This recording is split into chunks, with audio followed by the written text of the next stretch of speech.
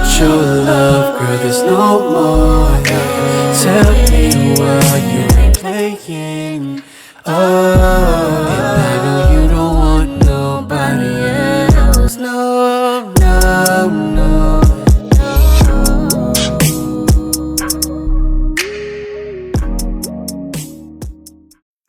What's going on, y'all? It's your main man 5, and I'm back with another banger for y'all.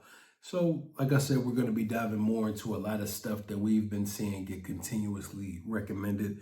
So, as you know, a little while back, we listened to a band called Jethro, Tull, and we listened to the title track off of Aqualung. A lot of you guys enjoyed their reaction, and you were telling me how you want me to go back into this project and check out something called Locomotive Breath. So if you read the title, you know that today that's what we're going to be checking out. Now, as I've been saying on and on again, we are pivoting. And if you saw episode 11 of the Mythbuster series where we did Zooropa by U2, I told you how a lot of albums have been getting blocked. And we got some takedown notices on a few things. So randomly episodes of that series and other album reactions have been getting blocked across the board, like The Unforgettable Fire or 2112 by Rush, a couple Pink Floyd reacts. It's just been an onslaught, and I'm sure across different reaction platforms you've heard a lot of different reactors talk about how these labels have been cracking down and making it a little bit more difficult for platforms like this to thrive. So we're going to be pivoting, and mostly exclusively our album reactions will be over on our Patreon. So if you want to stay up to date with new episodes of that, or see some more series that we're going to make exclusively, or just help vote on what albums we're going to be checking out on there next, you'll get all of that power, and you'll also be supporting us and helping keeping this platform afloat.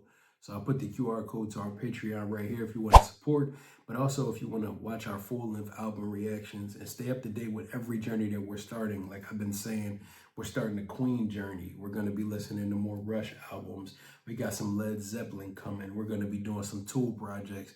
If it's voted on and we end up doing a Jethro Tull album, maybe we'll do Aqualung. That'll be up exclusively on our Patreon. But without talking too much, I remember it kind of being focused on the dichotomy of somebody watching a homeless person and showing their judgment and observance on the way that they move and the way that they carry themselves. If I remember correctly, the comments were saying the whole album isn't directly just focused on that.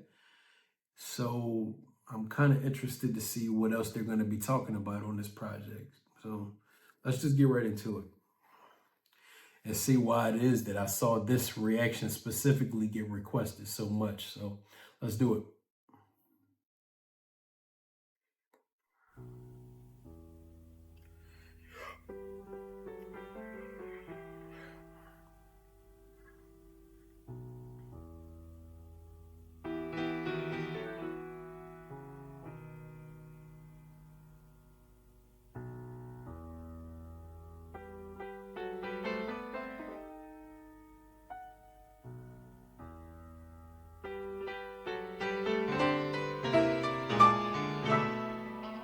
They hitting them keys, damn.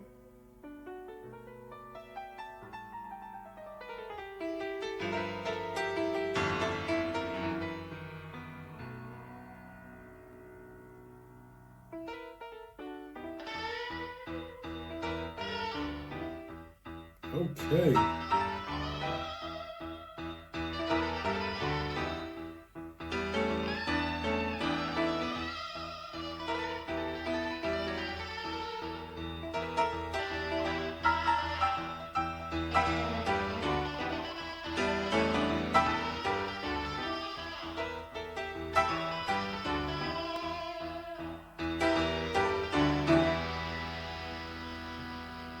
Come on, intro.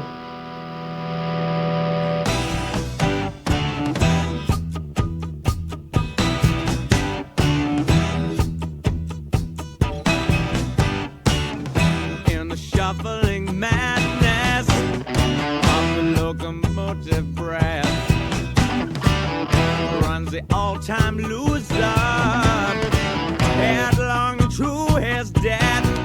Oh, it feels the piston scraping, steam breaking on his brow.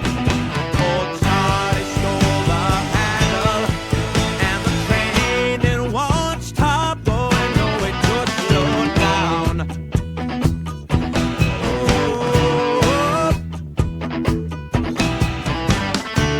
Oh, he sees his children jumping off the stations one by one.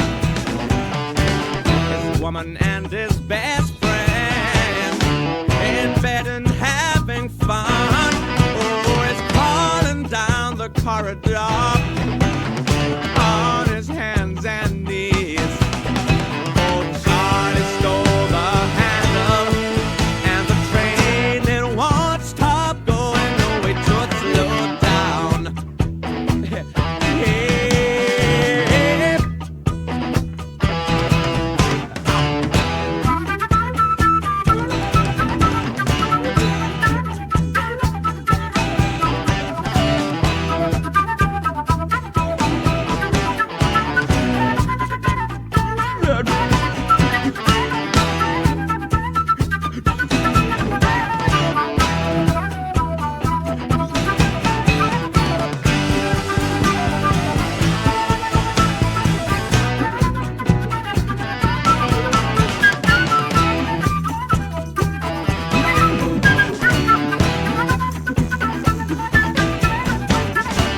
He hears the silence howling, catches angels as they fall, and the all-time winner has got him by the balls. Oh, he picks up Gideon's Bible, open at page 1. I thank God he stole the handle, and the train it won't stop going. No, it could slow down. No, it could slow down. No, it could slow down. Oh, it could slow down. No, it could slow down. No, it could slow down.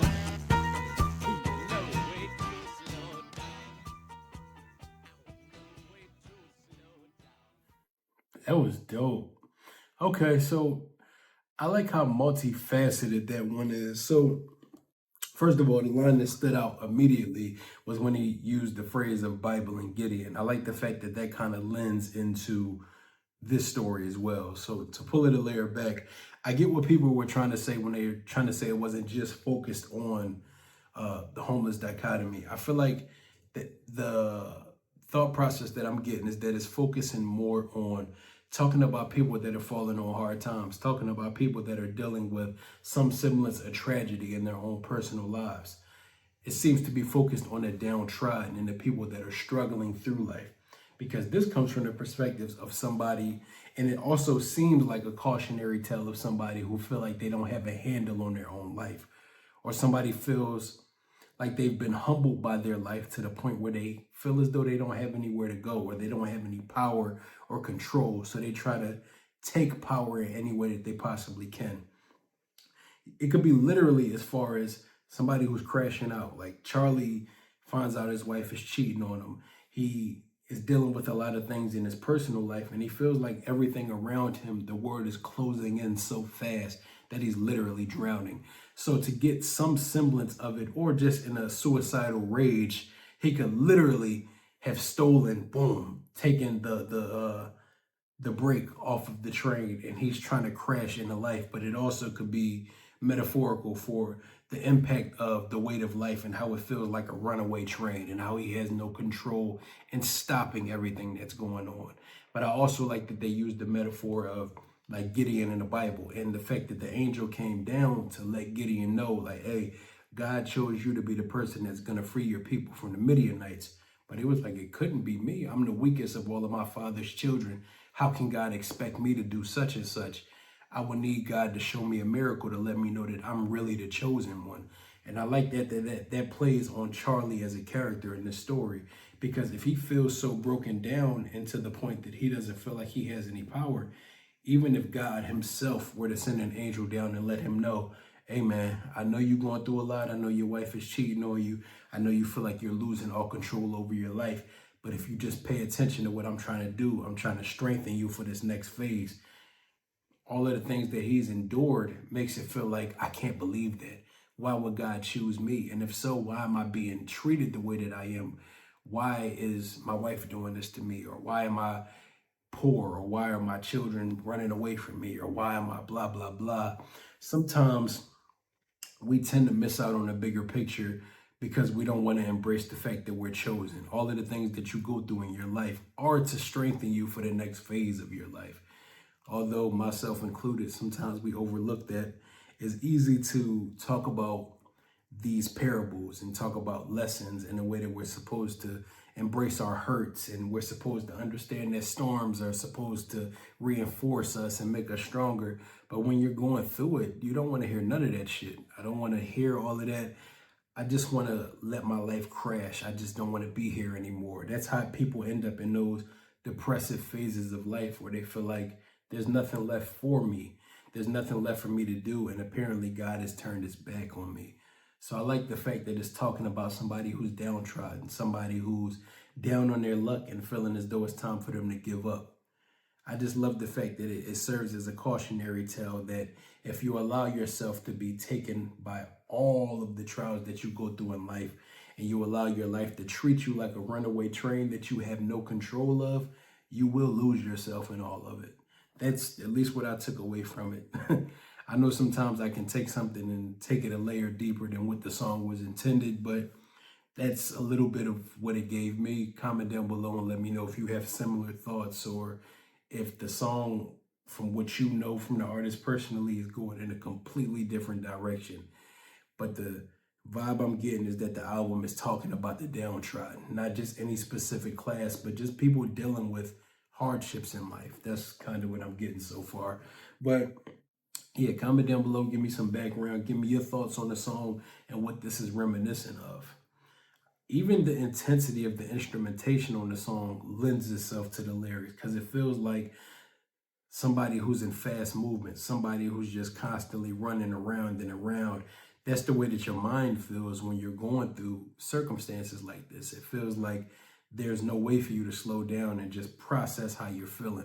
You're kind of just running on empty and frantically running around like a chicken with their head cut off, trying to find some reprieve in all of the storm, trying to find somewhere to dry your head when it just doesn't stop raining.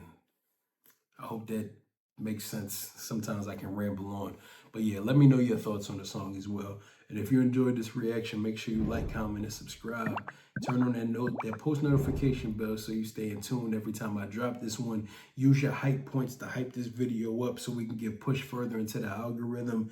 It is this channel's goal to hit 100,000 subscribers this year. And with all you guys' support, I believe that's more than possible.